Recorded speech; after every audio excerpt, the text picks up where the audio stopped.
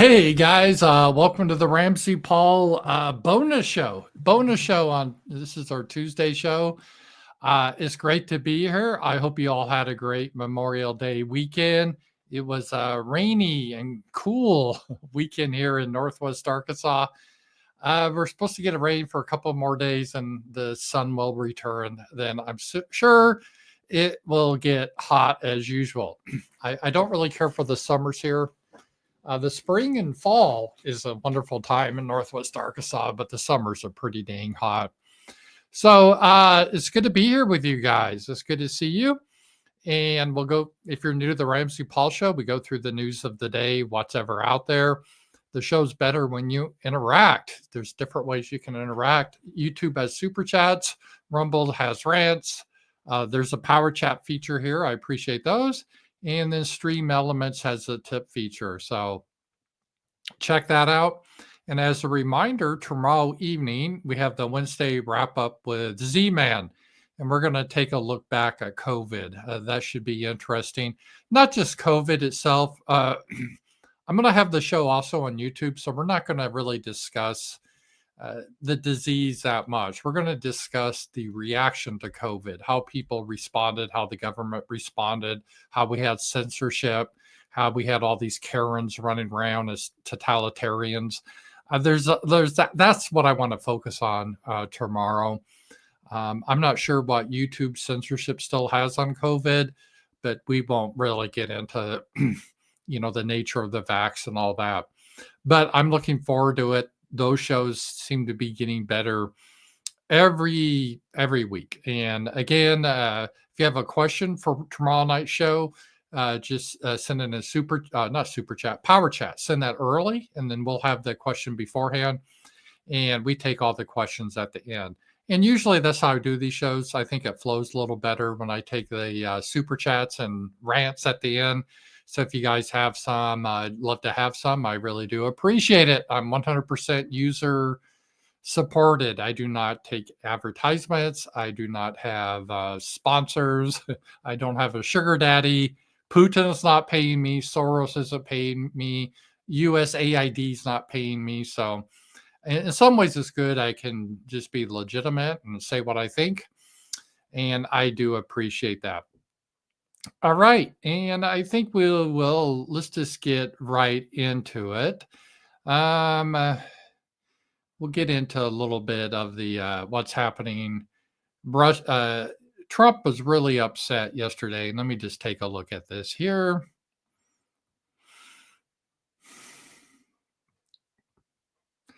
Russia did a huge drone attack on. So let's just take Trump's comments. Can I follow up on that? A Russian commander reportedly said that Putin was almost caught in the middle of a drone attack from Ukraine. So do you have any... I haven't heard that, but maybe that would be a reason. I don't know, but I have not heard that.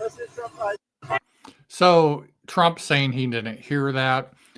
Part of the problem with Trump, I've noticed, is he doesn't... And maybe part of his age, but in many ways, he's very superficial. And don't get me wrong, I'm happy we have Trump, definitely better than Kamala Harris.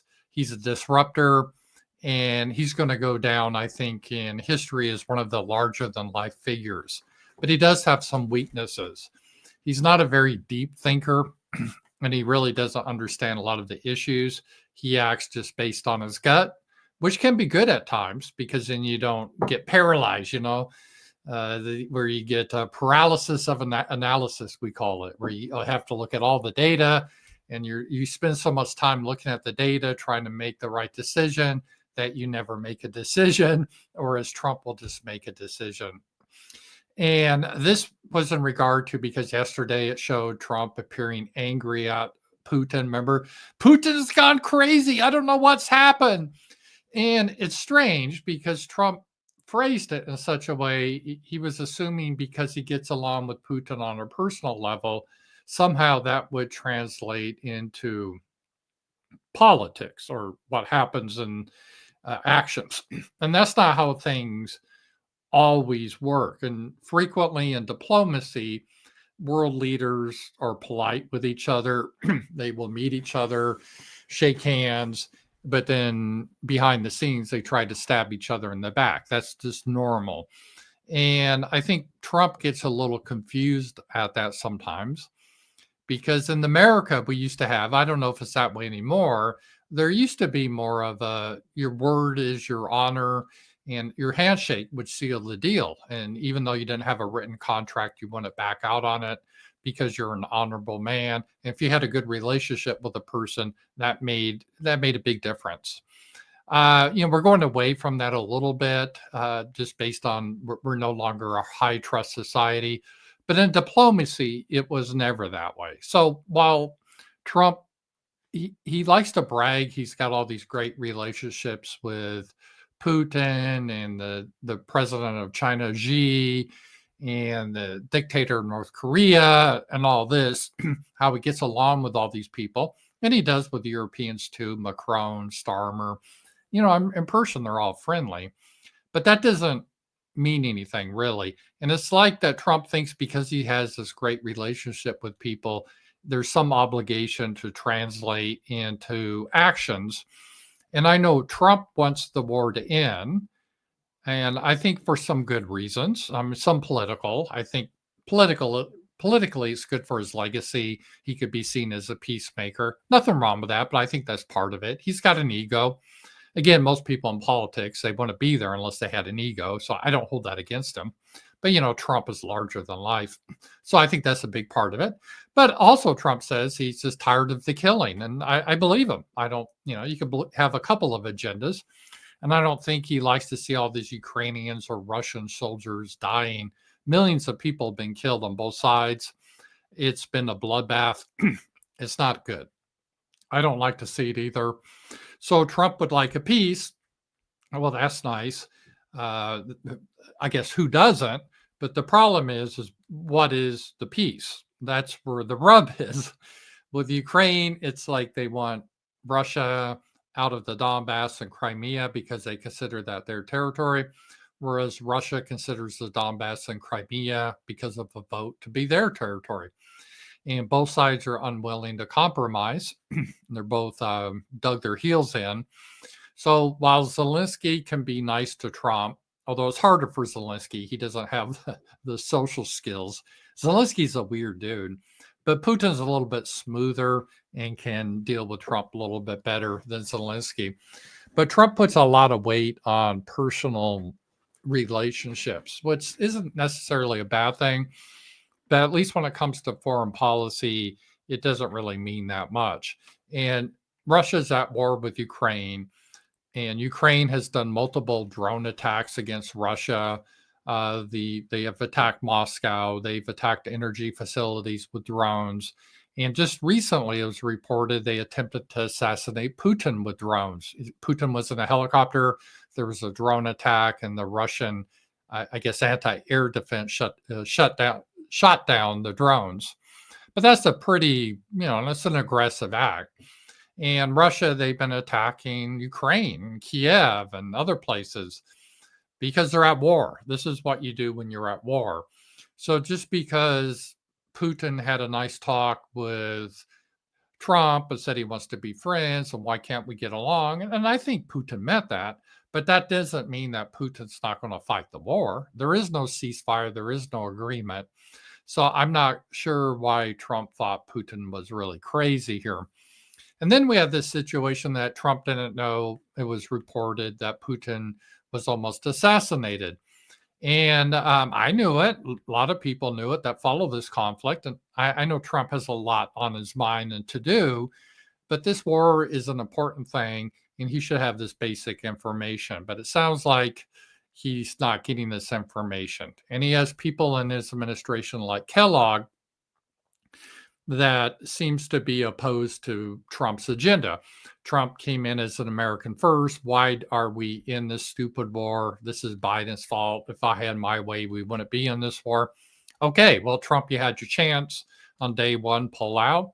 Just, we don't have to be part of this war. But Trump didn't do that, I think, because he wanted this peace settlement. But then he hires people like Kellogg that is kind of a neocon that goes against his agenda. It doesn't really make a lot of sense, but Trump unfortunately has a history of doing this, especially in his first term. He would hire these people that would be opposed to his agenda. I don't quite understand why he does that, but he does that. So you have Keith Kellogg, who's a neocon that wants to keep this war really going on forever. And that's against the direction that President Trump wants. So this is something that I think is a weakness of Trump, is he just reacts in a reactive manner. He did that before when Putin attacked Kiev. He said, "Vladimir, stop!" It just makes him look weak. And you saw that beforehand. Trump, he's full of hyperbole. I can end this war on day one. Well, that hasn't happened because there's a lot of complexities here. And I don't know why Trump would set that expectation. You would think if this is an important issue, which it is, Trump would have done his own research, like why are they at war? What do they want? What's the history behind that? I'm not some political genius, but I understand this, I think, better than Trump does. And that's a problem. Trump needs to get up to speed on these issues. So this is what we have here. And Trump is hard to understand, not just in this, but in general. He's very chaotic. In Dungeons and Dragons terms, he would be chaotic. Maybe chaotic good, but chaotic, meaning he's hard to predict. But like with tariffs, is he serious about tariffs or not so much? Who knows, right? He put that big tariff on Europe, 50%, but now he's delayed it till July. Is he going to delay it again? Is he really serious about it? Is it a negotiating ploy? I don't know. He says different things at different times. And that's how he is with this whole Ukraine business. And one of the criticisms of Trump that sadly seems to have some merit is Trump seems to agree with whoever he talks to last. So if he's talking to the Europeans, he gets all anti-Russia. Yeah, we got to put harder sanctions on Russia and that sort of thing. We'll look at that. But then he talks to Putin, and then he's like, oh, yeah, well, Putin, you got a point. Yeah, see, Zelensky's a problem here. I see your point. So it's whoever talks to him last seems to impact the way he thinks, which isn't really a good quality. But part of this is Trump's nature. Trump has never been, he's not much in ideology, which can be a good thing. Because a lot of people, they get so into their ideology, they won't look at reality and practical concerns like what works. So you can get so far in your ideology and theories and principles, you get divorced from reality. But then you have the other extreme with Trump. He doesn't have much of an ideology or principles. He just takes it as it comes. So in some ways that's good. He can act quickly, and he's not wedded to a position. If a position doesn't work, he's just going to drop it. Whereas someone that is really into ideology, let's say if you're a dedicated communist your whole life, even if you see it doesn't work, you're too dedicated to your ideology to change it. Or in the woke stuff, even if you realize, well, wait a minute, there are racial differences, it's just not cosmetic. You're just so wedded to your ideology, you can't change it. So it's good that people aren't, just totally involved with your ideology. But you have the other issue is when you just don't know. You just kind of go along, spur of the moment and do things on a whim, which Trump seems to do. And that makes it very difficult, right? So what does Trump want to do with Ukraine? He should have had this figured out before he got into office. He should have learned the history behind it, what their conflicts are with Zelensky and Putin, and how he couldn't solve this on day one because they're mutually exclusive goals. He should have understand that. He should have realized, well, what's our position? Are we just going to pull out because we don't have money to waste on these wars, or do we need to stay in? And he kind of flip-flops on these issues. And so it makes it very difficult to understand him. And I think that's what I'm saying is not really new. I think all leaders of the world understand this about Trump. So whenever Trump does something, Starmer, Macron, they go running to Trump, and they understand Trump has an ego, likes to have his ass kissed. So they go running to Trump, kissing his ass, at least in person. They will slam him publicly, but in person, they kiss his ass, trying to get him to agree with their position. And Putin understands this too. And Putin is smooth, and he talks reasonable and say, hey, we're all about making money just like you, the United States. And then Trump goes that way. The only one who did that partly was Zelensky, because he's an idiot. And the Europeans, Macron and Starmer and Merz, they've been trying to work with Zelensky not to act like such an idiot and try to be respectful. But for Zelensky, it's hard to do that.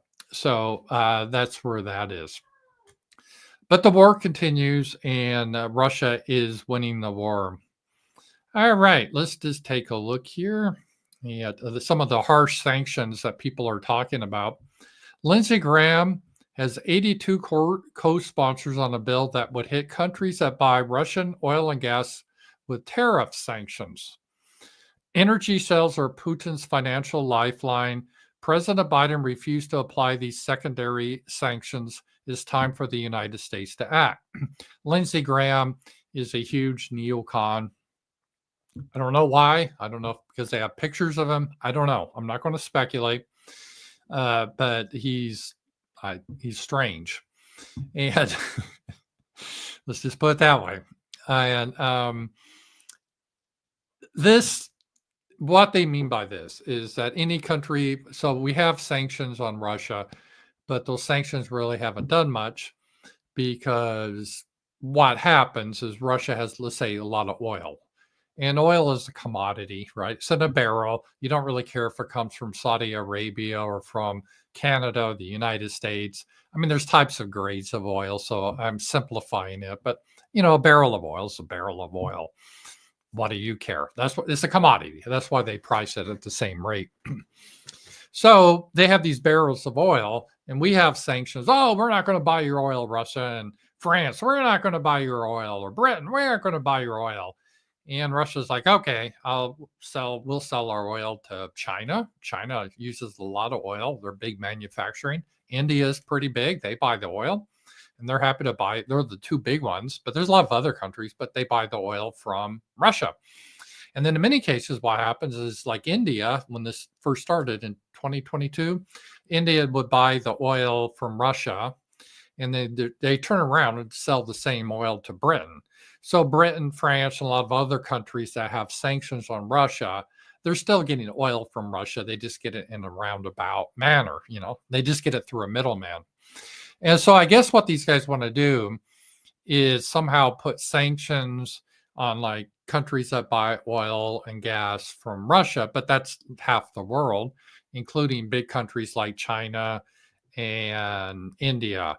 And so that it's not going to work very well. It will just increase our prices, and it's not going to stop China or India from buying oil and gas. It's just not going to happen. China's closer to Russia than they are to the United States. That's just reality. Remember, because the same people that expect China not to buy oil from Russia are the same people that want to have like a color revolution in China, and they're all upset about Taiwan. So I don't know what they're thinking. It's kind of bizarre thoughts they have, but they're not going to break apart Russia and China. It's dumb. I guess you could try to enforce it by military means, meaning if any country that tries to buy oil or gas from Russia, we will attack your ships. So China, if you have ships that go to Russia, will attack your ships, and Iran will attack your ships. Well, that's declaring war. So then we'll have World War III against China, India, Russia. Would probably lose that. So these are things that try to make a Lindsey Graham look tough, when in his personal life he's a little bit different character. But it's just no way this can work. And just as a footnote, this is what got us in World War II with Japan. We had heavy sanctions, just not on Japan, but countries that were trying to buy from Japan.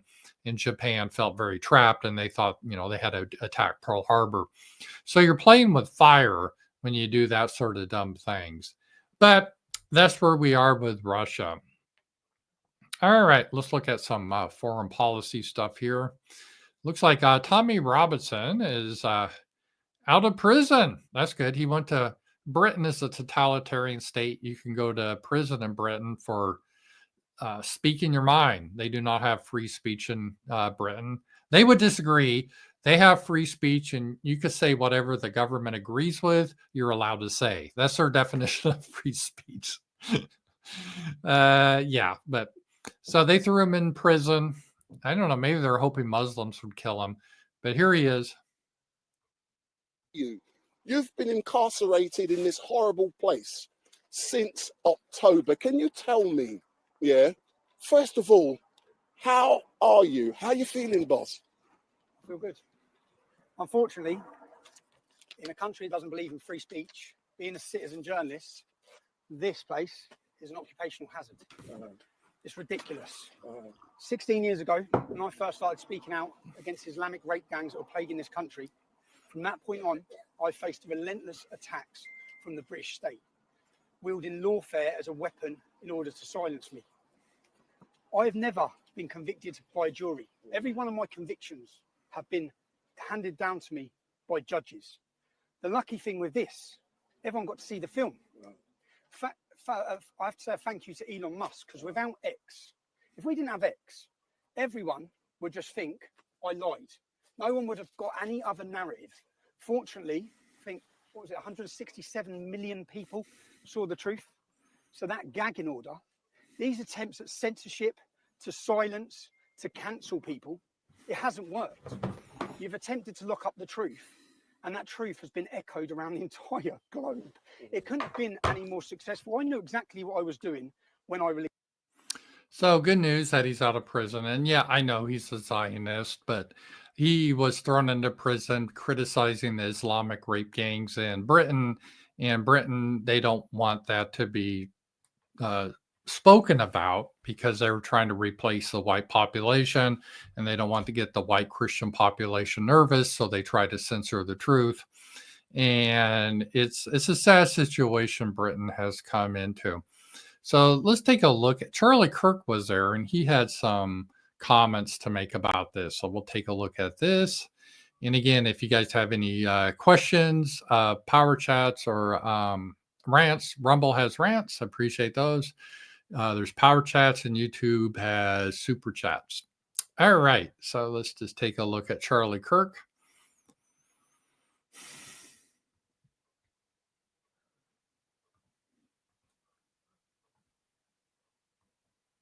I'm telling you, visiting that totalitarian third world hellhole that unfortunately the UK has become. And it's tragic. I don't say that with glib. I don't say that with delight. It is sad. Britain is why we exist. It's like going back to the life force. Yeah, I always say that too, because America was founded by the English and the British. We were the original pioneers. Obviously our language is English, our religion, Christianity, it came from England. At least it's the original pioneers. And so that's their system of government. A lot of that came from England. We were considered British citizens. The George Washington was considered, part of the under the crown. And it's chilling and it's depressing. There was one cafe that I drove by in downtown London, and every single table was taken by a Mohammedan and a fully burqa wearing woman. Yeah, they replacing a lot of their population. London is no longer majority English anymore. It's really shocking. Not a single native Brit. The entire cafe was taken. I walk shop by shop, and producer Blake, who did a great job preparing us for Oxford and Cambridge, and he deserves a ton of credit for that. He has his antenna up with this stuff. And he was like, I can't believe how much Arabic there is on the stores here. I kid you not. It is store after store. And then we're asked, the Brits say, well, even Starmer said this. He's the prime minister. If you bring people in, they're just going to bring in their culture, their way of living. They're not going to become you. Again, this is a fundamental problem white liberals thought. They thought everyone in the world is secretly white underneath. Oh, may have a different color skin, but spiritually underneath, if they're educated properly, they're white people, and they're all just be like us, just a different skin color. You hear that a lot. That's why you hear this big thing about skin color. It's like, no, skin color is an irrelevant part really of race. It's much deeper than that. And ethnicity, they live different. They have a different culture. And their culture doesn't come from the cultural genie or something randomly. It comes from the people. It comes from the biology. This is why when you see like the Zulus or the Bantus in South Africa doing a little dance and go, pow, pow, killed the Boer. It's something you could see out of New Orleans or in some places of Jamaica or Britain. There's a genetic component to that culture. And this is what has happened. So they thought all these people would come in and it'd be like the Star Trek universe. Maybe they'd have their funny garb, but they would just be like Englishmen. Well, it hasn't happened. And it was naive to think it would happen. What's the big deal? Why does this matter? I'm not exaggerating this in the slightest. In fact, looking back, I should have probably... Oh, it's kind of funny. Charlie Kirk just recently by the SPLC, I think was called a white supremacist or something. taken a video with it, but it's not going to get any better. So next time I'll do that. In the hotel I was staying in, I always like watching local TV. So I'm start flipping through the local TV to see that, what are they consuming? I kid you not, 40% of the TV channels in my hotel were Arabic. They had the Yemeni channel, they had the Kuwaiti channel, they had the Oman channel, they had the Iraq TV, they had the Lebanon TV, they had a bunch of Saudi channels, they had the Qatari channel. Not an exaggeration. The entire TV canon. And I stayed in 3 different hotels because we were bouncing all over the place. It was the same at the Hilton Garden Inn. We have the same problem here, and I'll talk about that. Not to this extent. We do have Spanish channels, but if you ever look at commercials, you never see advertisements of just white people, unless it's for criminals, then they'll portray them as white. Otherwise, it's always this multi-cult fantasy. At the London Heathrow Airport, as it was in Cambridge, as it was in London. All of the TV channels are configured to a Mohammedan population. Let's play cut 318. This clip has been seen tens of millions of times. Play cut 318. Have you had a lady called Lucy Connolly since you've been here? Of course, I talked about her yesterday, and no one knew what I was talking about in Cambridge. Who are we talking about? The students didn't know. I mentioned her because I did the research. My team did an amazing job, and I think she just had her petition denied. Yeah, this is a lady. She's a white British girl, and she put on X or Twitter that she's tired of all this, these rape gangs and how their country's being replaced. That's all she did. She gave her opinion. And she's facing jail for a couple of years in this. So again, Britain does not have free speech. It's they're trying to replace the native population. If you object, you go to prison in Britain. In the last hour or so today, it's Tuesday today, she's had her appeal denied. So she's going to be carrying out her 2.5-year sentence for solitary tweets. So outrageous. Which she deleted 4 hours later. What's your take on the whole situation? Well, I'm going to try to get the U.S. State Department involved. I don't know if what their bandwidth is here, but I'm sorry, again, I'm speaking as a citizen, not as a U.S. government. I just want to be very clear. Is this a way that a liberal democracy and an ally of the United States acts? Just to be clear, what she said would not be any prison time in America. I don't like what she said, but she showed contrition. Well, there's 2 parts. The first part where she said, I don't want immigrants in my country. Perfectly acceptable. That's fine. You can say that. You're allowed to have that. So that is a separate issue that I will talk about, where in the UK, 30 people a day are arrested for offensive social media posts in the UK. Yeah, more people are arrested in Britain by far than in Putin's Russia. We always hear how Putin's Russia is some authoritarian dictatorship, but you have much more freedom in Russia than you do in supposedly a liberal democracy of Britain. Okay, 30 people a day. This woman is going to serve 2.5 years in prison for an offensive social media post. And if she'd been a Muslim that stabbed someone, she wouldn't have served that much time. She deleted and apologized for. She shouldn't have apologized or deleted it. Yep. They invented free speech, sent it back to our country.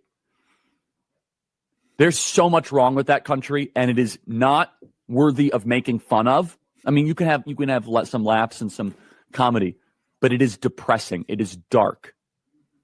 And I came back literally kissing the ground when I came back from London yesterday. Because there's a lot of problems with America. But let me give you two things that I think we should be thankful for that we don't notice. Of course, freedom of speech, number one. And then number two, the spirit of America. When we have a problem, we believe we can solve it. There is this entrepreneurialism. There is this grit. There is this pioneer spirit. And in Britain, they are defeated at the soul. They're like, cheers, mate. Country's done. Let's go drink. Yeah, it's really sad what's happened to Britain. And I have a British supporters, and I wish them the best, but it's there's no way around it. It is pretty depressing in Britain. And, that's how they want to do here. If you had Hillary Clinton or Biden or Kamala, they would love to throw people in jail, get rid of the First Amendment. And they say, oh, no, you could still have free speech. You just can't say anything we disagree with. Otherwise, you go to jail. So, yeah, it's a very sad situation in Britain right now. And that is the way it is. That is the way it is right now. All right. Let's take a look at some of the finances here in the United States, and we'll take a look at this.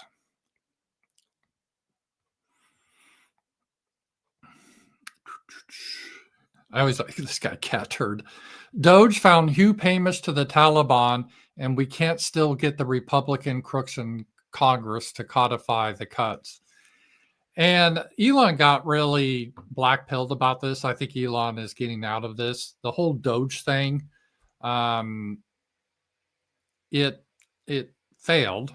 And it's not because of Vivek or Elon Musk. And they did find a lot of great stuff.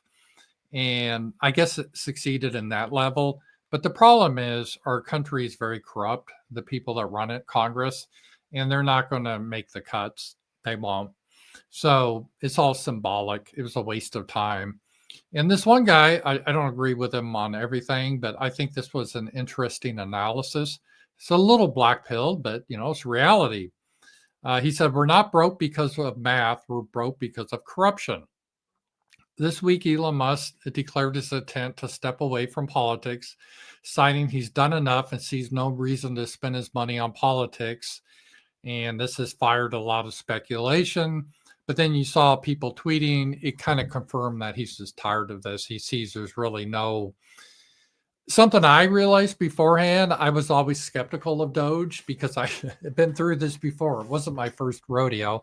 In Reagan, they had the Grace Commission. But the same thing happens. They find some outrageous spending. It gets a lot of headlines. But then Congress doesn't do anything because Congress, they're whores. They're whores that are bought by the pharmaceuticals or the military industrial complex, or they bought by Israel. They don't represent us. The system, I did my video today about how liberal democracy, I think, is exhausted. It really is. So we have a bunch of whores, some of them literal whores, in Congress. There's nothing, they won't do anything about it. I haven't commented on the big, beautiful bill until now because I think both sides are right. It's not enough, but it's also the best we're going to get for a long while. And that's our problem. The most responsible plan anyone can come up with still adds trillions to our debt, just slightly at the lower rate. And again, this to me is like deja vu all over again. Reagan, he would submit budgets that didn't cut spending, it just cut the rate of increase. So instead of increasing spending, let's say 7% a year, Reagan said, man, we're going to be in trouble in the future. Let's cut it. Let's just increase it 5%. So Reagan didn't say, let's cut the budget. He's just saying, let's increase it only 5%. Oh, holy hell broke out. People screaming that little black babies are going to die and Reagan's racist. And whenever you call a Republican racist, they pee their pants and run the other way. And so, I mean, how many years has that been? 50 years ago? Maybe not that long. No, 40 years ago. Same thing. We're doing the same thing. So this whole big, beautiful budget bill that Trump proposed, it's not cutting money. We're increasing spending, but that still causes the left to freak out in the media, and they're screaming and carrying on, like the Medicare cuts. all that was doing is kicking off illegals that shouldn't be on it in the first place. And, do we really need to spend money on people that are criminals? They're here illegally so they can get a sex change. I would think most Americans would say no, whether you're Democrat or Republican, but it doesn't matter. It doesn't really matter. The Republicans, even though they control Congress, they're going to keep it in. That's where we are right now. Interest rates are creeping up again. After the Moody's downgrade, mortgage rates top 7%, so it makes it harder people for afford homes. Most people, unless you're a boomer, have had your house forever. You just can't pay cash for your house. You need to have a down payment and pay your monthly rates. The higher the interest rates, the more unaffordable it gets. So young people, they're screwed. So whenever young people said, okay, boomer, you get to say, okay, renter. And that kind of hits them because they're never going to be able to own. The treasuries crossed 5%. And in 2023, we just collected $2.2 trillion in federal income tax. At 5% debt interest alone eats 80% of that. And once the interest rates go up, we're going to be in a bad spiral. We're out of money and we're out of time, but we're still acting like it's not a problem, because there's really no way to fix it because the politicians are corrupt and they're not going to do anything. They won't even cut just basic things like maybe we shouldn't pay for sex changes for illegals, and our based Republicans, they can't even stand up for that. And I think it's not in the bill. All the stuff that Doge found, Elon Musk and his team worked so hard to find, wasn't even in the bill. Wasn't in the bill. So it was all a waste of time. There was no reason to do it. And I think that is, that's just how it is. And so I'm not trying to be black-pilled, but I don't think there is a solution until finally things crash. And we're headed for a hard crash. I'm not sure when it's going to happen, but it's a lot closer now than it was because things are starting to spiral. And Trump, I don't think, is really smart enough to understand all this himself. And the Congress, they're corrupt. They're owned by other entities. Like, do you ever think Tom Cotton is going to cut money to Israel? Even though we don't have it, there's no way he's going to do that because he's owned by the Israeli lobby.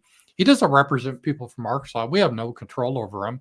I doubt he even comes back to Arkansas. Or Lindsey Graham, do you really think he represents South Carolina? No, he's all about the military, the neocons, wants endless wars. We don't have the money for this, but no one cares because that's not who pays the bills. So that is the situation there. All right, let's take a look at what else is going here.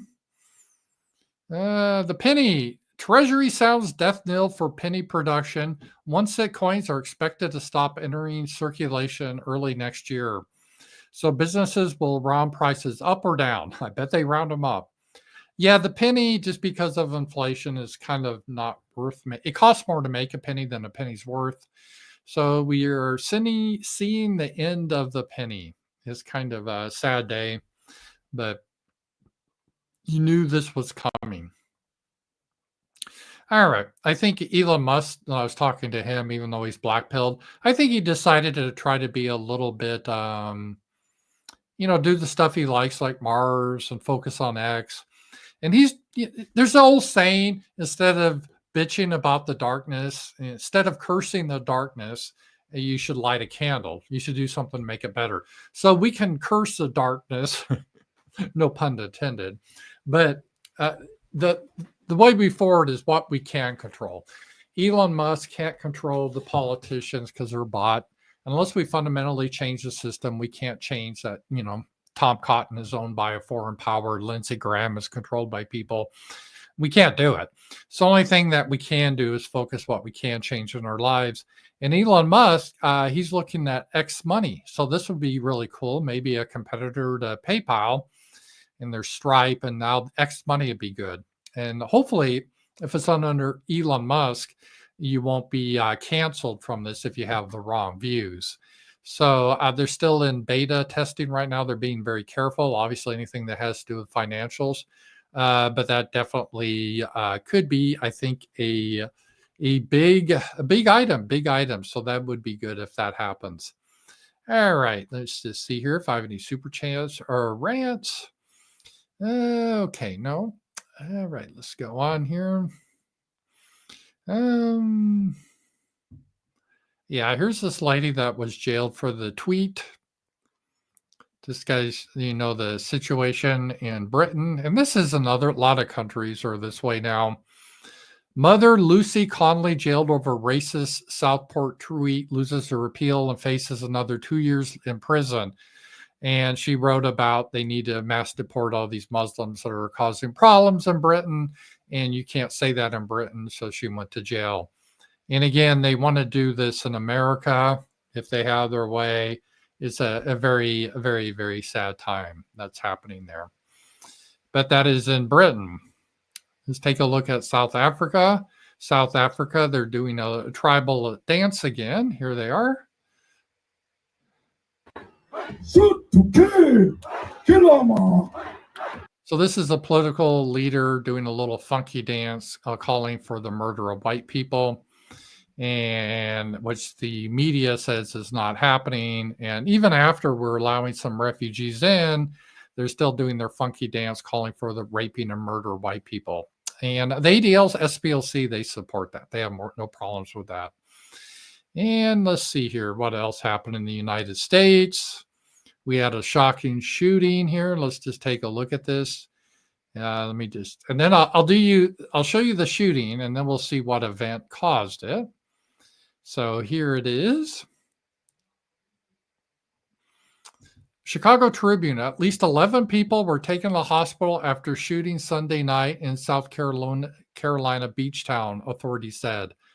And so 11 people were shot Sunday night at a beach. Why would people fight at the beach?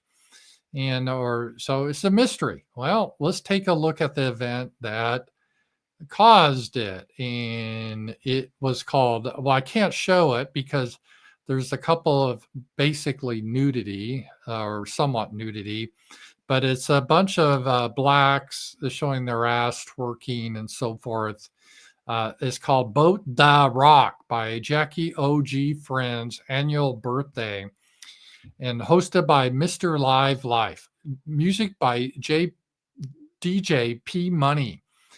And of course, that ended mysteriously in violence. Mysteriously ended in violence. Who could have predicted? And that's happened. And that's not the only thing. We had another thing end in violence. Who could have predicted this? Let's take a look here.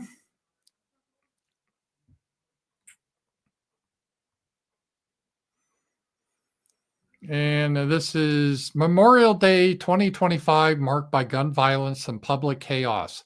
Black Bike Week. So they had Black Bike Week, and that started a bunch of violence and carrying on that happened. So shocking there. So another enrichment of diversity.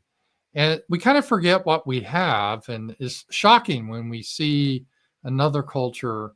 And I posted this. I got a lot of traction on X. But here's an ad in Russia. It's just a commercial. It's like the ramen noodles, basically, competitor or whatever. But just take a look at this. It's this real short clip. I mean, you never see this, a blonde girl in a white family. You would never see that in an American ad now. It's just amazing what we've lost in this country. It's depressing, really. It's really, really depressing. But there we are. There we are. And talking a little bit about the trouble, it's just not Britain that's facing the problem of the horrors of immigration and diversity. Canada is seeing the same thing. Let's take a look here.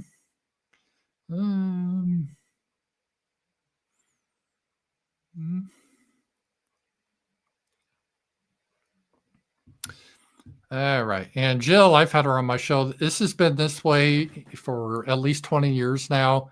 Canadians have lived in denial for way too long, and it's now too late. Game over. The city is a globalist hellhole, meaning Toronto, with no cultural identity and no redeeming qualities. And this is on Reddit. Reddit's a bunch of shit libs, and they're even seeing this now. I had a supporter bring me up to Toronto. She had a small conference. She showed me around, but it was even years ago. This had to be 10 years ago, 15 years ago. It was probably about 10 years ago. It was shocking. It was not, you hardly saw any Canadians. It was all Indians or Muslims or blacks. It was really depressing. Modern day Toronto is proof that multiculturalism shit isn't working. We got people in the city protesting and literally fighting over conflicts and shit that has nothing to do with Canada. Russia versus Ukraine, Hindus versus Sheiks, Israel versus Palestine. Different groups segregate themselves so much that entire regions in the greater Toronto area are now dominated by a single ethnic group. That's how people in general want to live among their own kind. This is why nationalism is good. And these other groups, they already had their homelands. I'm sorry they turned them to shit, but that's their problem. They need to fix it. The Canadians, they have a right to their homeland, but they gave it up because otherwise they would be called racist and then make them pee their pants. They didn't want to pee their pants, so they brought these people in and they lost their homeland. People are struggling to find jobs or places to rent simply because they don't belong to the preferred ethnic group. Of course, white people aren't allowed to discriminate against other ethnic groups, but other ethnic groups do all the time to white people. Like if you have Indians in charge of a corporation, they're not going to hire a white guy. And they don't hide that. And they tolerate each other at best and only interact when absolutely necessary. We even saw this in the United States happen, like in Hollywood, it's primarily Jewish. And again, because they would just hire their own people. And this is the problem of diversity. People don't come to Canada to become Canadian. They come to Canada to be whatever they were living in Canada. There's no actual loyalty to this country. No, they come because their people can't create a prosperous first world homeland. So they come as kind of like a parasite to another country and they want free stuff, but they can't assimilate because they're not the ethnic group and they just pull the whole thing down. And I'm surprised this was even on Reddit because Reddit usually doesn't tolerate stuff like that. So that is pretty amazing, really. All right, let me just quick here. We'll wrap up soon. I just want to make sure if I had any super chats or rants or rumble. I don't. I do not. All right. So let's just take a look here. And I feel bad about Canada. Oh, and then we have another. This is Sydney Watson, Dr. Sydney Watson. All right. And I think she used to be a liberal, and she is a liberal. But it doesn't matter if you're liberal or right when you can see reality. I need everyone to understand that the Australia I grew up in did not have gangs. It was always fairly safe to go anywhere and do anything. We didn't really have to worry about getting attacked or have our heads on a swivel in a public area. It was safe and it was homogeneous. And so this is what happened. They brought in all these gangs. You saw that one photo I showed yesterday of someone running around. It looks like he should have been in a jungle somewhere, but he had a machete attacking the Australians. And everyone's scared of being called racism, so they have to allow this happen. And then this was a Northland Shopping Center mall where they had a violent gangs fighting each other with machetes. And again, they weren't Australians. They were imported in. And this is something, no matter what country you do this, you get the same result. And it's just ridiculous. And it's sad. We shouldn't have to live that way. We shouldn't have to live that way. All right. Let me just see if I have any power chats or super chats or rants. I want to make sure I don't miss anything. And I don't. All right, guys. Well, thank you. And my next show will be Wednesday with Z-Man. And I look forward to do that. So we were going to talk about COVID, a look back. So thanks a lot, guys. Talk to you guys later.